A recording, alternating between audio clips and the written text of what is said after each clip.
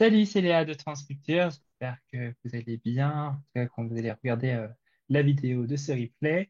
Je suis Léa et aujourd'hui j'ai le plaisir de recevoir Niena Louis. Comment vas-tu? Quels sont tes pronoms? Yel, il, accord masculin, c'est plus facile. Et alors, comment ça va? Je suis fatigué, j'ai bossé toute la journée, mais mais ça va bien. Et, les gens qui te connaissent pas, qui es-tu? Qui suis-je? Qui, qui, Peut-être qui faudrait tu que es? je le sache déjà moi-même. Qui suis-je complètement? Non, du coup, je suis là en qualité de sexothérapeute queer et Mhm. thérapeute conjugal. Ou plutôt thérapeute relationnel, puisque conjugal, c'est pas forcément un terme qui correspond à tout type de relation. Mais je suis là en tant que sexothérapeute queer, spécialisée dans la prise en charge des personnes trans et ou TDS, et plus largement auprès de la communauté queer. Et peux-tu nous parler un peu de ton parcours professionnel? Comment est-ce que tu es devenu, enfin, comment est-ce qu'on devient sexothérapeute? C'est un foutoir. Ouais, mon parcours professionnel, en vrai, je pense que il n'y a pas vraiment de parcours type, puisque en France, c'est pas comme psychologue, c'est pas un métier qui est encadré et reconnu. Alors, il y a des pays où ça l'est, hein, où il y a par exemple un master en sexologie, comme on a un master en psychologie en France, Ouais. mais c'est plutôt le cas en Belgique, au Québec. C'est pas le cas en France pour être sexothérapeute. Donc, il y a plein de parcours qui sont très différents. Euh, et le mien, pour le coup, ça a été de commencer par une licence de psychologie à l'université Paris-Descartes. Alors moi, à la base, j'y allais vraiment juste, je viens de la campagne perdue du centre Val-de-Loire dans le Berry, encore, je veux dire. Et je me suis dit, oui, ça a l'air d'être la meilleure école de psycho, je vais absolument entrer. Et du coup, j'y suis Ouais. entrée.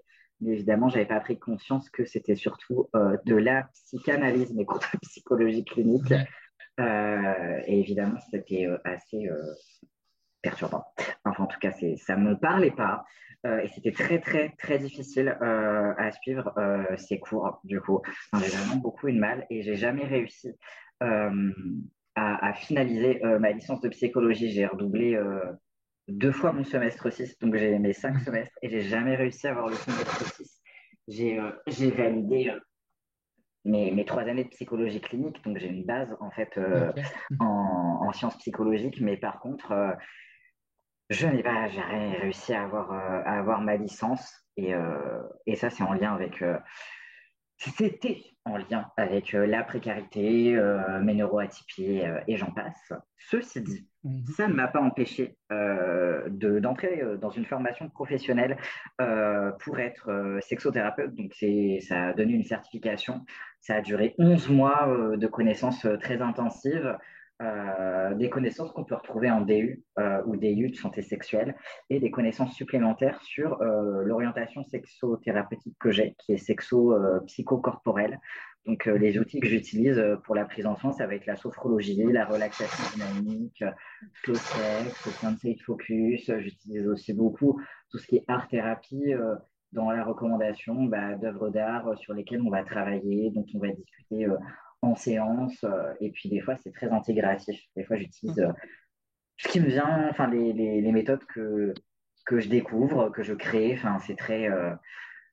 Il y a aussi la sexo-éducation, enfin le fait d'être vraiment dans, enfin, voilà, expliquer comment fonctionne le corps, Mhm. montrer des schémas, des illustrations, enfin être vraiment dans la pédagogie, les VARS quoi finalement, Mhm.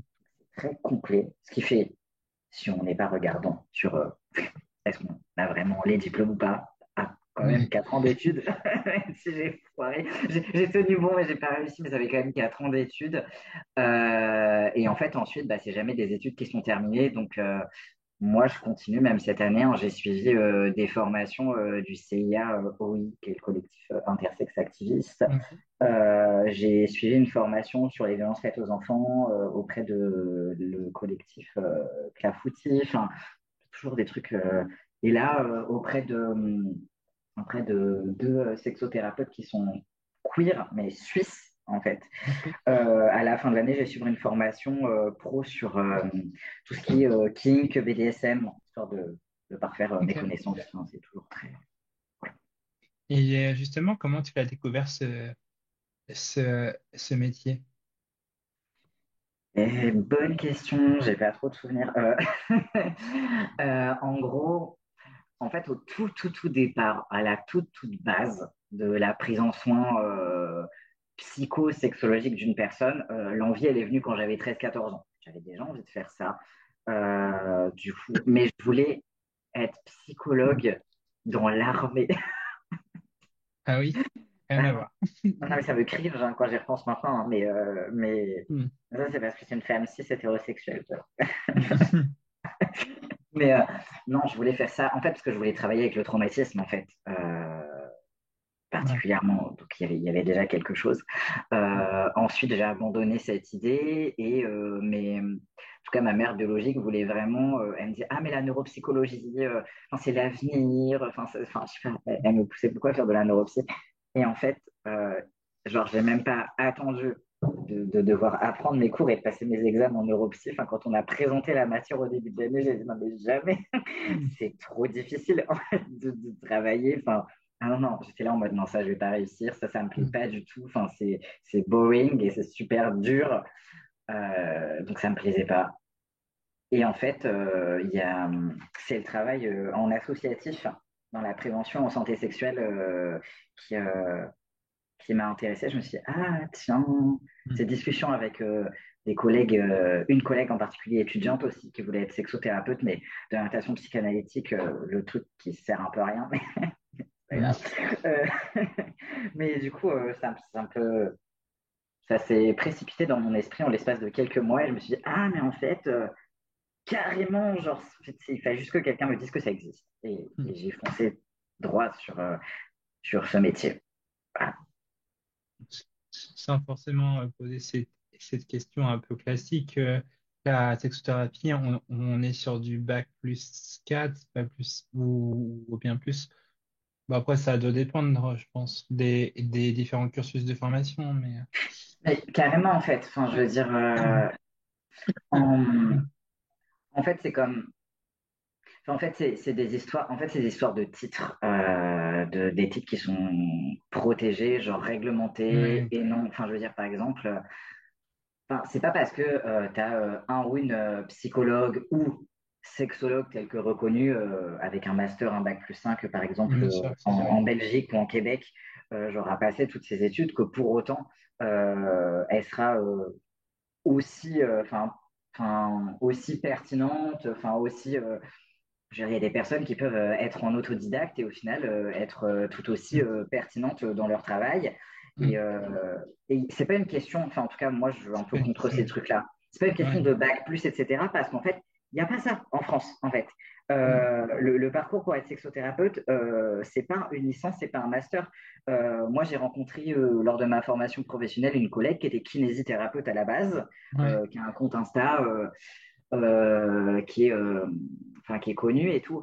Et en fait, elle voulait être kinésithérapeute et sexothérapeute, avoir cette connaissance en santé sexuelle en plus pour être dans un accompagnement de ses patientes, d'être plus sur ce point-là. Enfin, il y a des gens qui viennent un peu de partout. Tu as des infirmières qui se reconvertissent, tu as des infirmières sexologues, tu en as d'autres qui sont vraiment, je sais pas, des personnes qui étaient, je sais pas, peut-être juste comptables, tu vois, à la mm. base et qui se sont dit, je sais pas, illumination et je vais faire ça. Je passais par une formation pro, je vais faire de Mm. l'autodidacte.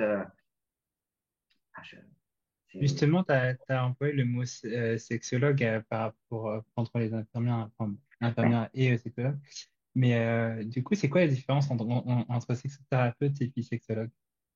Ouais, en fait, c'est peut-être je vais me faire taper sur les doigts, mais tant pis. Euh, mais Pose en des questions gros, crues, hein. Là, c'est un pro, hein. bah, en tout Mais, cas, c'est celle que j'explique à ma patientèle ouais, lorsqu'elles ont besoin de comprendre, ouais, pour ensuite être. Non, mais parce que c'est important qu'elles sachent vers qui se tourner, quoi faire, enfin mm, aussi pourquoi est-ce qu'elles sont là et quels sont comment je vais pouvoir mm, les aider avec quels outils. En gros, ce que je leur dis déjà pour différencier sexo-psychothérapeute de log, Oui. psychosexologue. Enfin, ça va être une question de l'orientation thérapeutique et en fait de qu'est-ce que concrètement la personne elle va faire avec toi quand elle est dans son cabinet, en fait. C'est-à-dire que une personne qui est sexologue en France, ça veut dire une personne qui a des connaissances en santé sexuelle. Quand on sort d'un DU ou d'un DIU, on peut se dire sexologue. Voilà. Quand on est sexothérapeute, on peut aussi se dire sexologue, puisque théoriquement, si on mène de la sexothérapie, c'est qu'on a énormément de connaissances en santé sexuelle. Mais en France, ça va pas primer, genre que tu sois sexologue, genre n'importe qui pourrait avoir eu des milliers de bouquins en santé sexuelle en France, mais Mhm. sans même le pratiquer au quotidien en tant que sexothérapeute, sage-femme, médecin, tout ce que tu veux, pourrait se dire sexologue. Juste, j'ai des Ouais. connaissances en santé sexuelle, je m'y connais grave bien, enfin, voilà. Dans d'autres pays, c'est différent. En Belgique, ce sera par exemple être passé par un master en sexologie et d'avoir le titre de sexologue au même titre qu'en France. Pour avoir le titre de psychologue, qui est donc protégé, il faut passer par le master de psychologie et l'obtenir. Ouais. Ensuite, ce qui est de l'ordre du thérapeute, psychosexothérapeute, là, ça va être qu'est-ce que tu mets en place pour accompagner ta patientèle, pour répondre à leurs demandes, pour la prise en soin. Donc, tu as des personnes qui vont être d'orientation cognitivo-comportementale, analytique, psycho-sexo-corporelle, humaniste, qui vont avoir une approche qui est intégrative. Toutes ces choses-là, c'est quoi les outils que tu vas mettre en place, les méthodes, ta façon de travailler avec la patientèle et donc mener la psycho ou la sexothérapie. Qu'est-ce que tu vas faire avec quels exercices tu vas donner? Est-ce que tu seras, enfin, les outils que tu as à disposition. Mm. Donc moi, je suis sexothérapeute parce que d'orientation sexo-corporelle, parce que j'utilise la sophrologie, Sensate Focus, slow sex, relaxation dynamique, pour répondre aux demandes de ma patientèle, si besoin, des ressources artistiques, enfin, j'utilise aussi le conversationnel, enfin, il y a des moments où on ne fait que discuter, il n'y a qu'un soutien émotionnel, hein, c'est pas tout le temps, voilà quoi. Donc ça, c'est ma méthode sexothérapeutique. Et du fait que je fais de la sexothérapie, avec tout ça, bah, j'ai énormément de connaissances en santé sexuelle. Donc en France, je peux me dire sexologue. Mais je suis avant tout sexothérapeute. Est-ce que c'est Ok. clair? C'est très clair. Je crois que nos auditoristes vont apprécier cette définition qui est toutefois somme très juste. Très juste. Bah, en tout cas, c'est ça qu'il faut retenir quand on Ouais. cherche en fait un ou une psycho ou sexothérapeute, c'est Mm. à quoi on est plus sensible dans l'accompagnement, qu'est-ce qu'il nous faut concrètement. Mm. Et là, il ne faut pas hésiter à se renseigner sur c'est quoi l'orientation cognitivo-comportementale, c'est quoi l'orientation sexo-psychocorporelle, c'est quoi l'orientation humaniste, c'est quoi le MDR, etc. Mm. Pour voir bah, qu'est-ce qui peut nous intéresser vis-à-vis de notre besoin, notre problématique, quoi. Et du coup, pour les personnes qui seraient intéressées de rejoindre je sais pas si c'est un cabinet, enfin, comment quelques gens peuvent te contacter pour En mode prendre pour rendez-vous. me consulter. Ouais, c'est ça. Bah, moi, du coup, pour me consulter, j'ai un agenda qui est en ligne, en fait, où les personnes peuvent Ouais. directement prendre rendez-vous.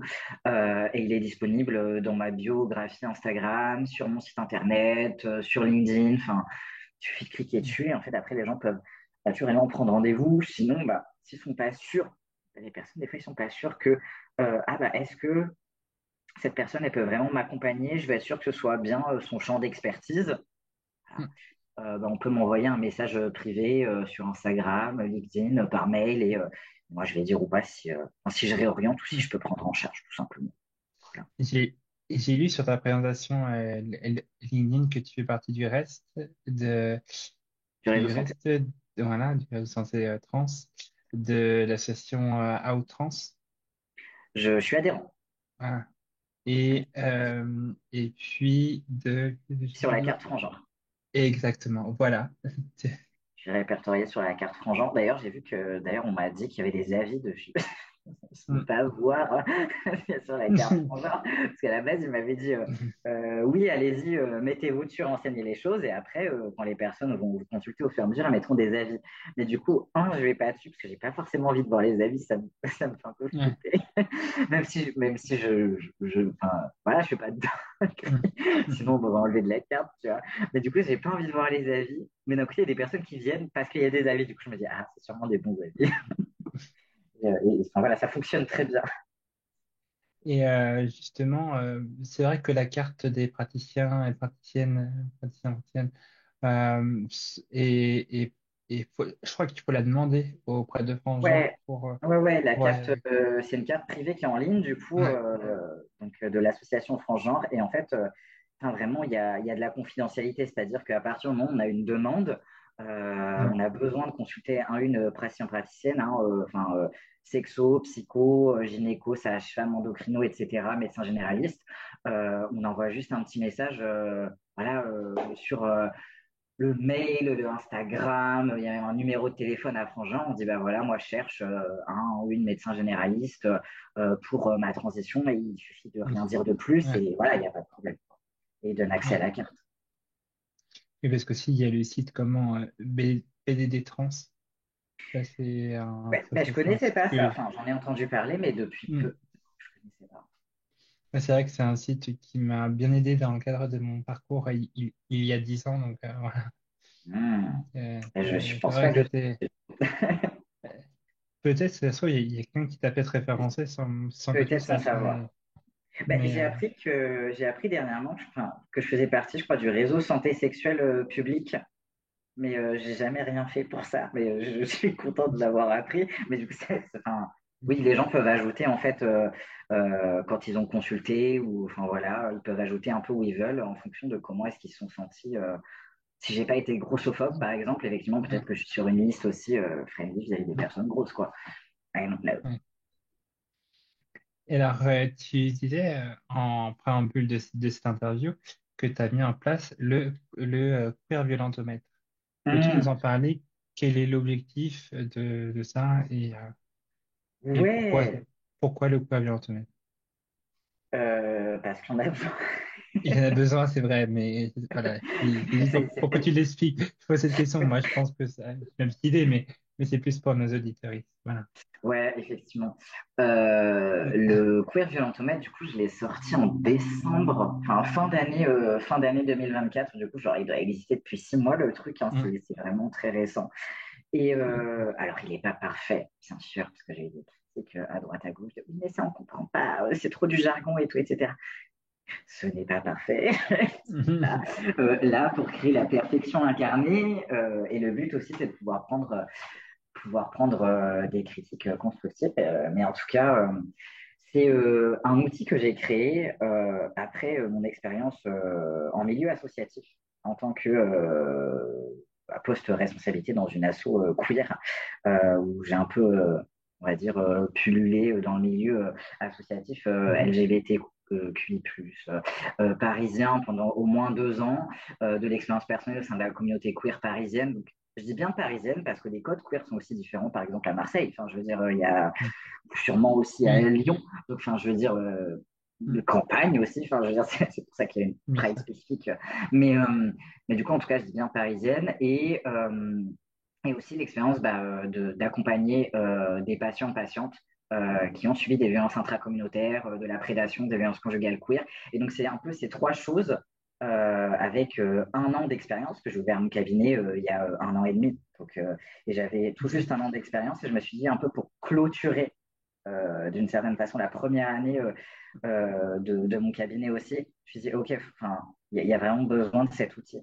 Autant moi, dans ma pratique, quand j'accompagne les personnes pour les aider à sortir de l'emprise, pour les aider sinon à travailler, enfin, je sais pas comment expliquer ça, à, euh, à déceler les red flags, enfin, à apprendre aussi. Enfin, alors bien sûr, moi, ce que je dis souvent à ma patientèle dans un cadre sécuritaire, c'est que elles sont jamais responsables de violence. Si une personne veut les mm, agresser, malheureusement, la personne les agressera. Ce sera jamais de leur mm, faute.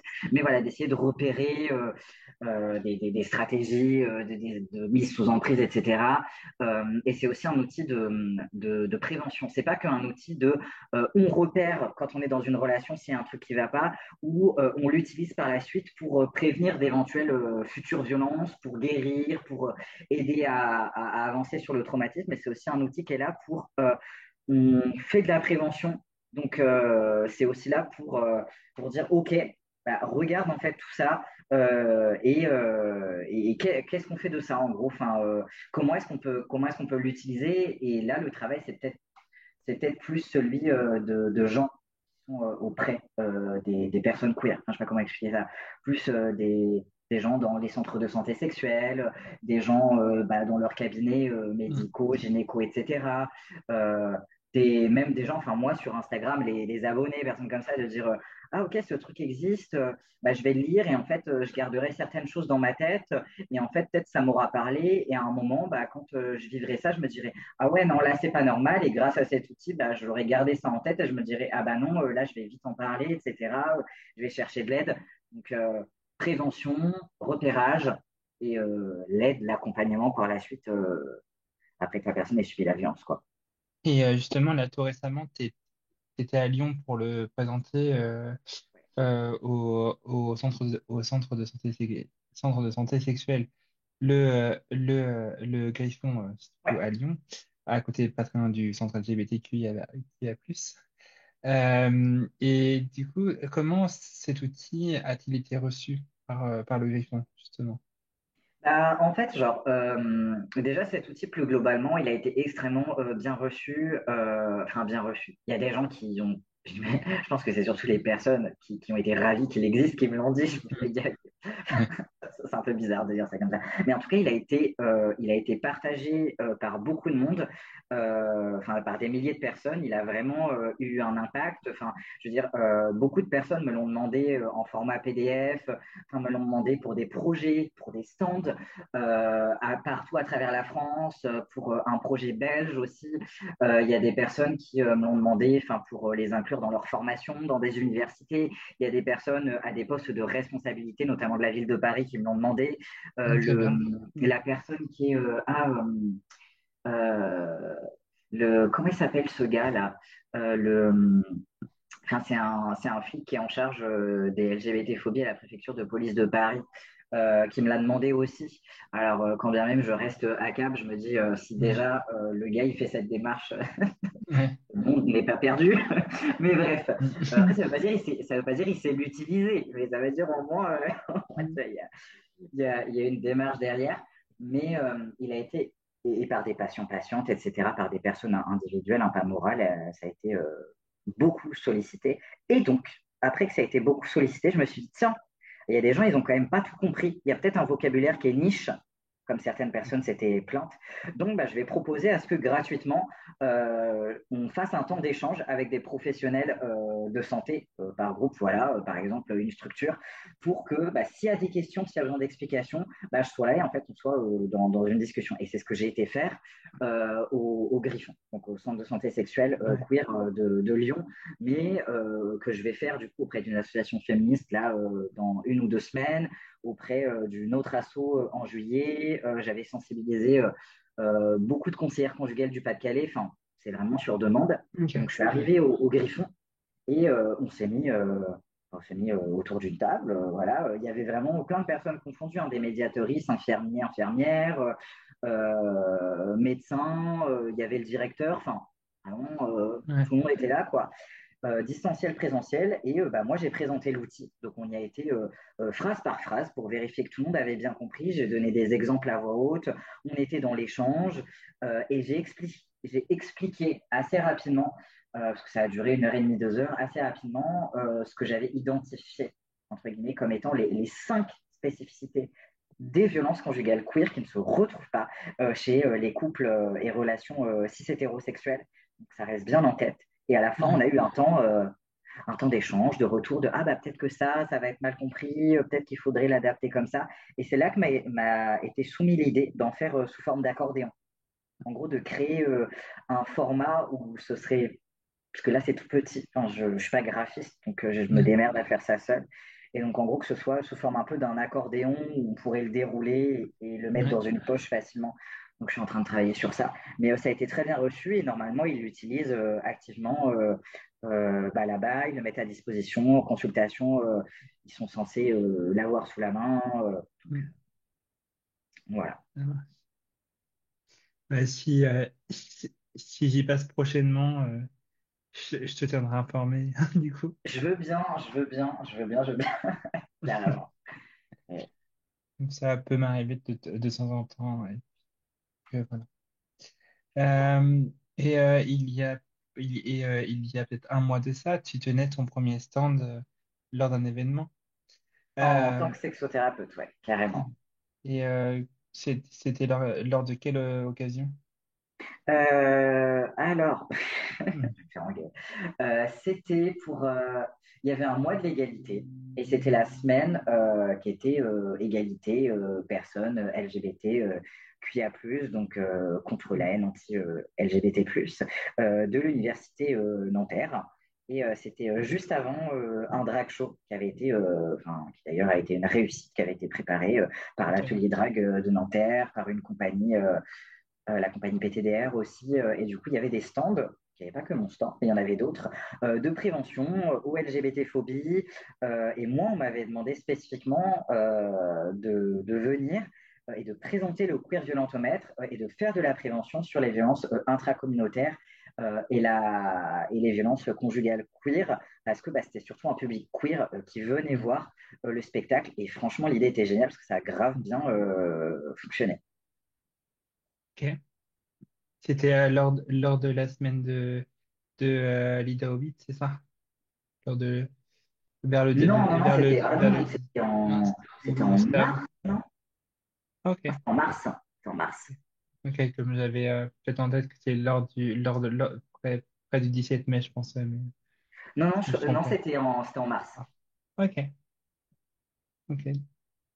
Donc, moi d'Iti Dove et puis de la journée des droits des femmes, même si c'est toute l'année.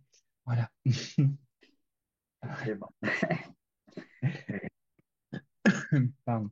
Euh, et, euh, et du coup, quels sont les principaux retours que tu as enfin, m- comment dire, de la part de ta clientèle côté sexothérapie?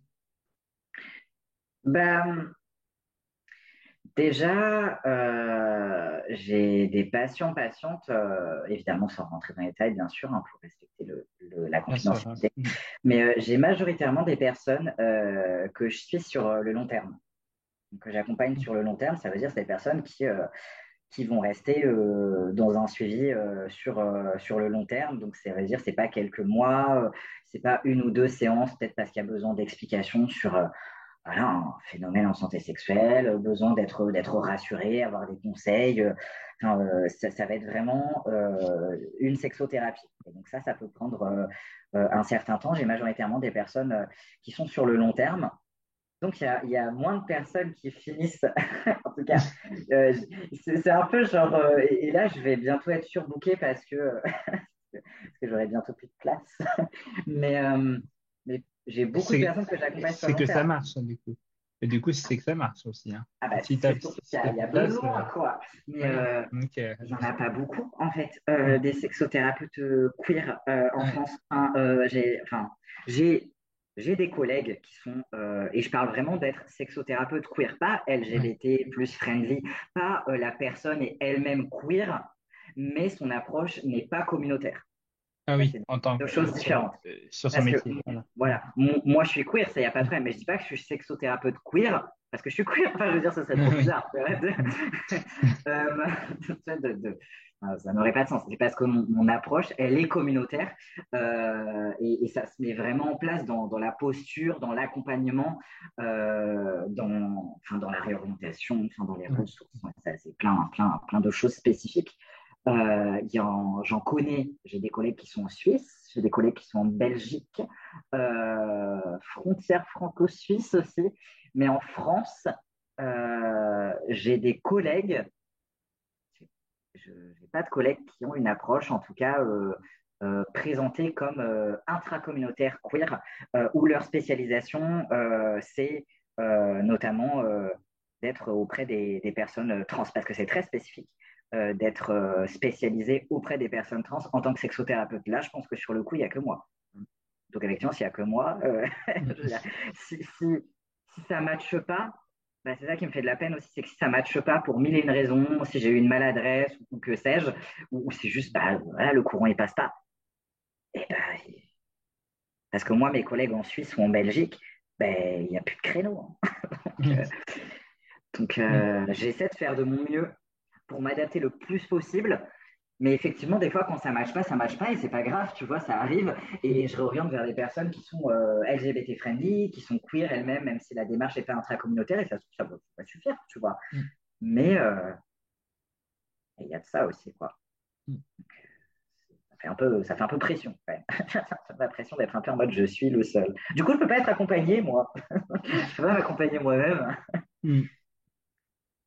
Euh, Et je me posais la question si est-ce que tu as déjà été est-ce que tu déjà été contacté par des associations euh, de France, hein, qu'elles soient parisiennes ou provinciales, pour voilà pour parler de ton métier auprès de celles-ci, des associations queer ou alors, LGBTQIA+. non, Mm. non, non, non, non, non. Euh, Non, je réfléchis en même temps parce que moi et ma mémoire, c'est un peu pourri. Donc, ça se trouve, c'est le cas et je m'en souviens pas. Euh, Pardon. Ok. À part là, prochainement, pour présenter Mm. l'outil, pour qu'ensuite les personnes sachent Ouais. l'utiliser. Euh, c'est plus des personnes qui vont recevoir des publics, mais déjà dans le cadre d'une prise en soin. Donc, par exemple, centre de santé sexuelle ou un endroit qui est de l'ordre un peu du service public. Mhm. La prise en charge va être gratuite où les personnes se disent, OK, on a ce contact, s'il y a besoin de rediriger, de réorienter. Euh, donc voilà. Mais sinon, effectivement, c'est, c'est moi qui suis en contact avec des collègues, donc gynéco, sage-femme, je suis en contact vraiment avec la personne directement qui, dans le cadre de sa prise en charge, va m'orienter les personnes. Ça fonctionne, hein, ça, il n'y a pas de souci. Mais effectivement, il n'y a pas d'association qui est venue me chercher, en fait. Genre, D'accord. par exemple, l'espace santé trans, il n'est pas venu me chercher.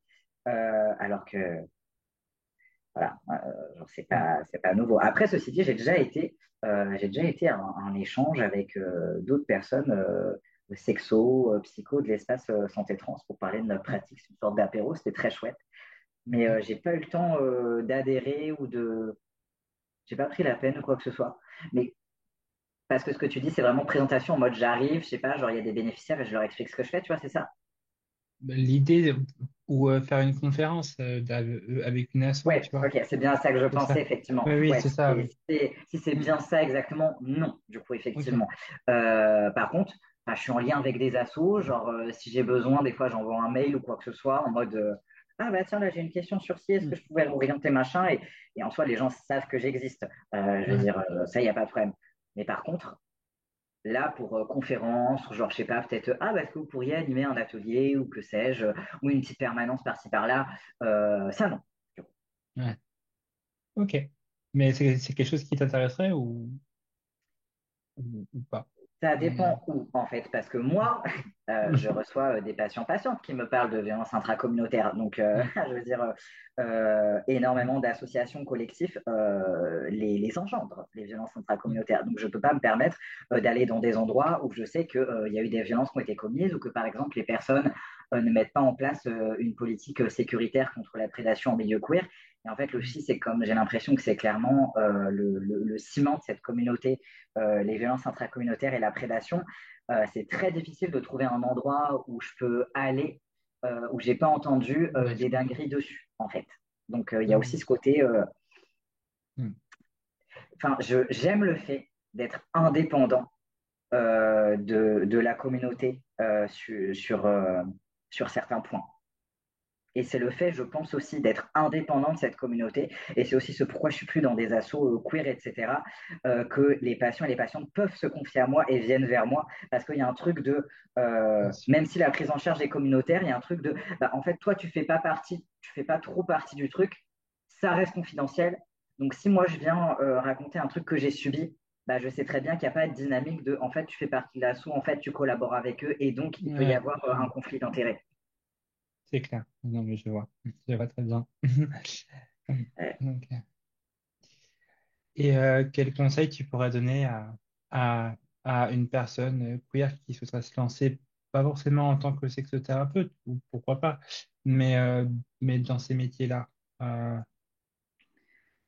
Euh, c'est une question courage, qui est très vague, j'avoue, mais courage, tu vas souffrir.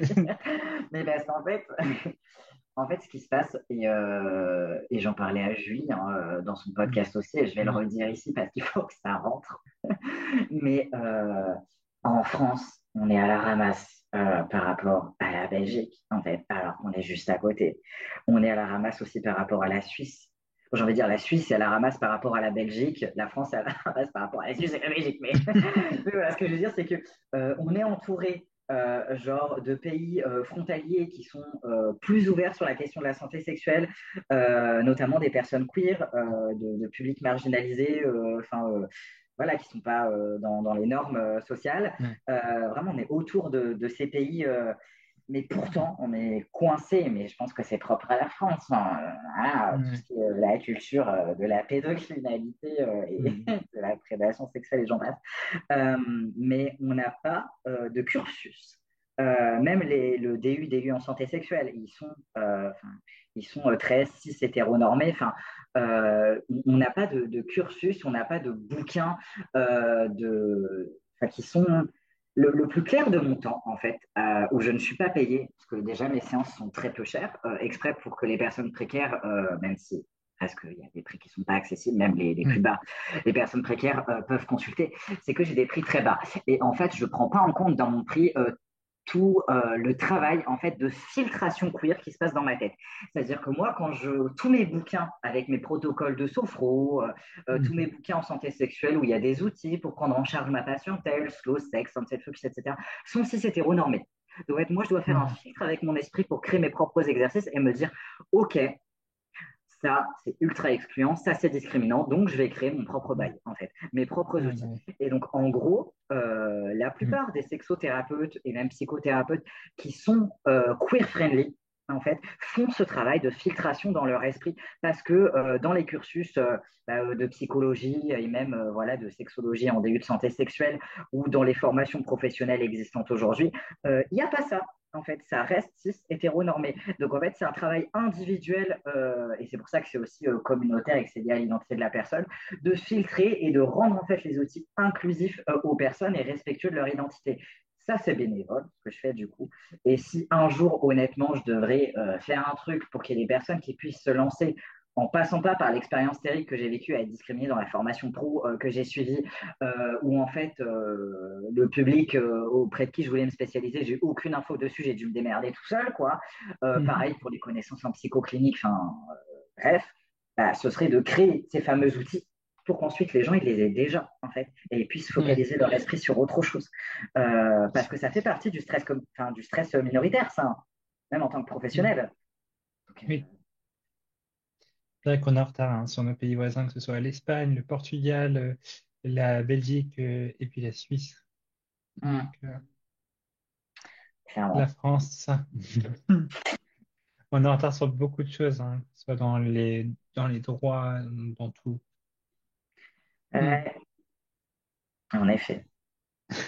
Je sais pas quoi dire de plus à part que c'est terrible, c'est un constat, c'est réel. Ouais. Du coup, le mieux, c'est de faire ses études dans ces pays-là, en Belgique, en Suisse ou en Espagne, pour En apprendre vrai, ce métier. il y a des personnes qui, par exemple, ont une licence de psycho et postulent en master de sexo en Belgique, tu vois. Ouais. C'est, c'est possible si on veut passer par un parcours très normatif dans les Mm. carcans universitaires. Par contre, il ne Ouais. faut pas oublier que tout ce qui est de l'ordre de l'universitaire, surtout aller dans un autre pays, c'est privilégié. En fait, tout le monde ne peut pas se permettre de faire ça. Bien sûr, bien sûr. Mm. Enfin, en lien avec la nationalité de la personne. Enfin, je veux dire, la personne, elle est en France, elle étudie super, mais est-ce qu'en fait, elle peut vraiment bouger ensuite en Mm. Belgique? Donc, le statut aussi de la personne sur tel ou tel territoire, enfin, une question d'argent, donc il y a une question Ouais. de disponibilité mentale, enfin, genre, c'est pas donné à tout le monde. Et parfois, genre, il y a des personnes qui sont ultra pertinentes. Enfin, moi, ma superviseuse, la sexothérapeute, elle a eu sa licence de psychologie et ensuite elle s'est démerdée seule par des lectures, du travail autodidacte à apprendre à être sexothérapeute. Et c'est ma superviseuse, elle est extrêmement pertinente. Enfin, et j'ai toute confiance en elle. Et en fait, chacun son parcours. Voilà C'est quoi. ça, clair. Ouais. Et donc, du coup, être sexothérapeute, c'est aussi être autodidacte, je pense aussi. Ah bah Finalement, bien sûr, mais en fait, mm, enfin, normalement, dans tous les métiers du soin, tu as de l'autodidacte. Enfin, je veux dire, pour moi, c'est être un ou une mauvaise soignante, ou en tout cas, sans utiliser le mot mauvais, mais en tout cas, dangereux plutôt, mm, de pas rester informé des nouvelles avancées. De comment avance le monde, la science, des découvertes, enfin ah bah tiens, il y a une collègue qui a sorti un bouquin, ah bah tiens, il y a machin qui a fait une étude, et surtout de pas toujours aller dans son sens. Aussi de se dire, enfin, de se dire aussi, ah bah tiens, je vais aller un peu voir ailleurs ce que pensent d'autres personnes, d'autres champs théoriques, et de toujours apprendre, rien que lire des bouquins, rester à jour sur les dernières études scientifiques qui sortent, aller à faire des réunions entre collègues pour parler d'un cas sexo-clinique. La personne, évidemment, a consenti à ce qu'on travaille sur son cas. Bah, tout ça, c'est mm, de l'autodidacte d'une certaine façon, parce qu'on n'est pas dans une formation, on n'est pas dans un truc universitaire. c'est ça. Ouais. Voilà, ouais. Et où est-ce que les gens peuvent te contacter à la fois pour prendre des, des, des rendez-vous et où est-ce que les gens aussi peuvent te retrouver sur les réseaux sociaux?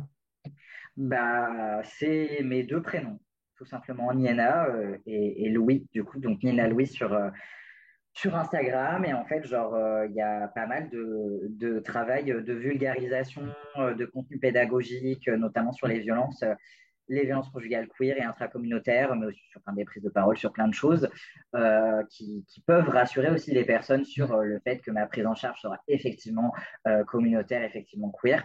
Et en fait, ensuite, il suffit de cliquer sur le lien dans ma bio. Il y a écrit site internet, ou il y a écrit directement prendre rendez-vous.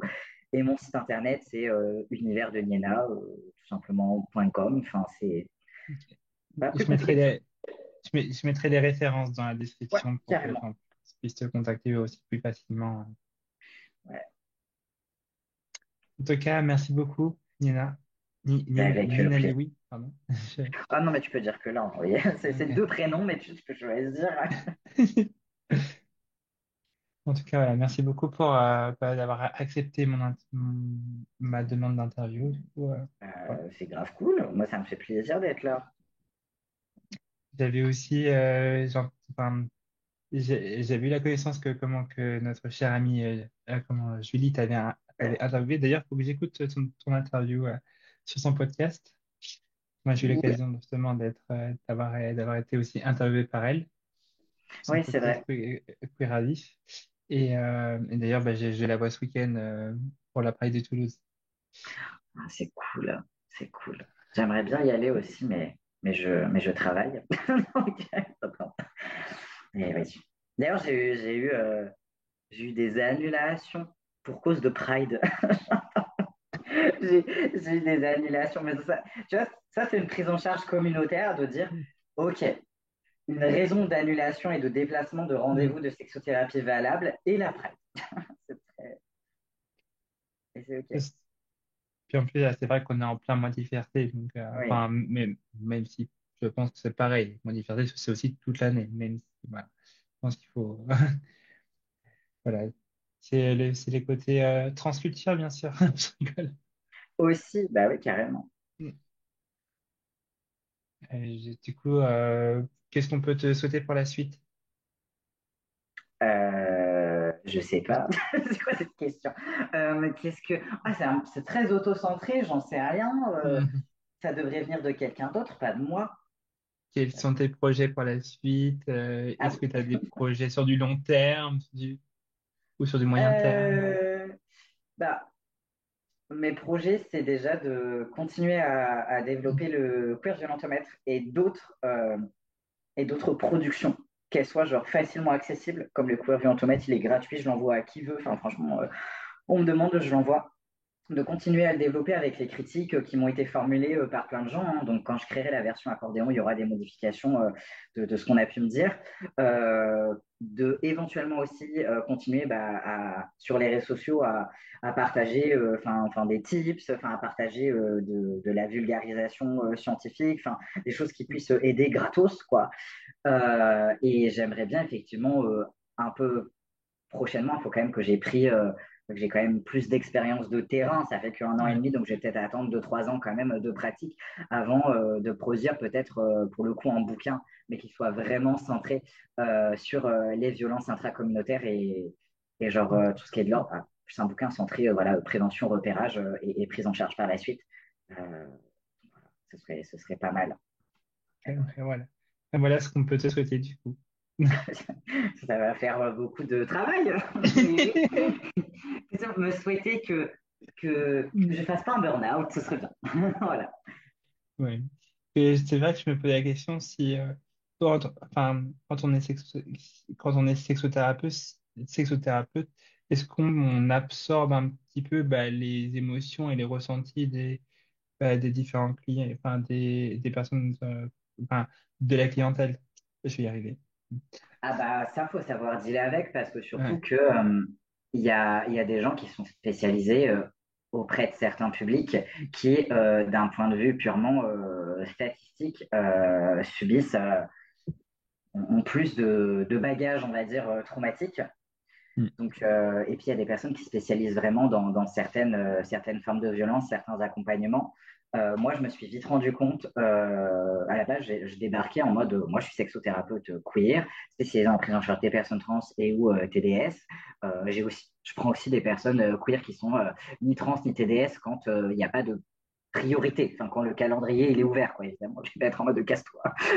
T'es pas trans ou TDS. Enfin, sinon, il n'y aurait pas eu des Mm. coming out dans mon cabinet. Enfin, tu vois, donc voilà. Mais en gros, je partais avec un truc très tout venant.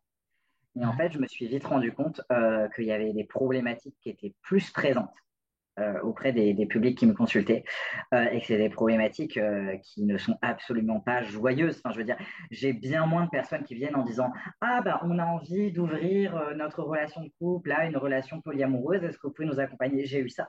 Mais c'est bien plus minoritaire, tout comme par exemple, ah bah on a un projet d'enfant, on a besoin d'en discuter avec vous, etc. Enfin, Mm. ça c'est des choses entre guillemets joyeuses, enfin c'est une bouffée d'air frais, Oui. etc. J'ai moins ça, même si je peux l'avoir. J'ai plus des personnes qui viennent parce que elles sont polytraumatisées en fait. J'ai majoritairement des personnes avec qui je travaille, c'est donc, troubles de stress post-traumatique de type 1, type 2, les troubles dissociatifs, le TDI partiel complet, donc les mémoires fragmentées, tout ce qui est de l'ordre vraiment du trauma Mm. qui engendre des troubles sexuels ou vraiment le trauma en tant que tel qu'on va travailler avec la personne. Donc moi, je fais pas EMDR, intégration du cycle de vie, donc Mm. je vais rester dans le conversationnel. Par contre, les symptômes de l'ordre du trauma, les attaques de panique, enfin, plein de choses, ça, on va pouvoir en parler et être accompagné avec les outils que j'ai du sexo-corporel, la réappropriation du corps, la question de la dysmorphophobie, la question de la dysphorie de genre, le travail avec le corps, enfin, c'est le but aussi du sexo-corporel, mais c'est des problématiques. Enfin, moi, j'ai énormément de personnes qui n'ont plus de famille. Enfin, on parle de personnes trans, de Ouais. personnes TDS, donc qui n'ont plus de famille ou qui ont subi des violences intrafamiliales terribles, en fait. Enfin, moi, j'ai aussi beaucoup de problématiques de trauma liées à l'inceste, à l'incestuel. Donc, en fait, c'est des choses où, honnêtement, bah, faut le savoir à l'avance avant de faire ce taf. Ouais. Moi, j'arrive à dealer avec parce que bah, c'est aussi de l'ordre du personnel, hein, de pourquoi j'arrive à Ouais. dealer avec, mais c'est aussi une posture professionnelle qui se construit. Et si j'arrive aussi à dealer avec ça, c'est parce que je suis en supervision avec une sexothérapeute, je suis pas seul. Ouais. Je peux en discuter avec des collègues aussi qui dealent avec ça pour que du coup je sois pas seul et que je puisse avoir des tips aussi. Bien Et sûr, ouais, c'est important. Mm. j'ai appris à faire. C'est-à-dire que moi, en Mm. général, après une séance, j'oublie la séance. C'est-à-dire que Ok. quand c'est dans le perso, mes passions n'existent pas. C'est pas que je les aime pas. J'aime ma passion, Mhm. sinon je serais un thérapeute de merde. Mais la séance est finie, je m'en souviens plus. Il y a la prise de Mm. notes. Quand je vois la personne, je reprends la prise de notes sous mes yeux. Je reviens, ah, quand est-ce qu'on s'était vu la fois dernière? Est-ce que vous vous souvenez ce qu'on avait dit?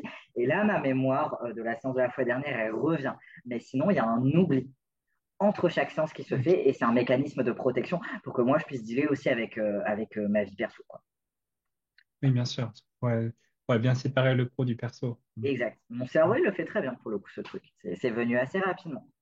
Ouais. Et maintenant, c'est automatique. En tout cas, merci beaucoup. Voilà, j'ai appris plein de choses hein, encore. Je vais dormir, C'est le but. je vais Et je suis dormir ravi. encore avec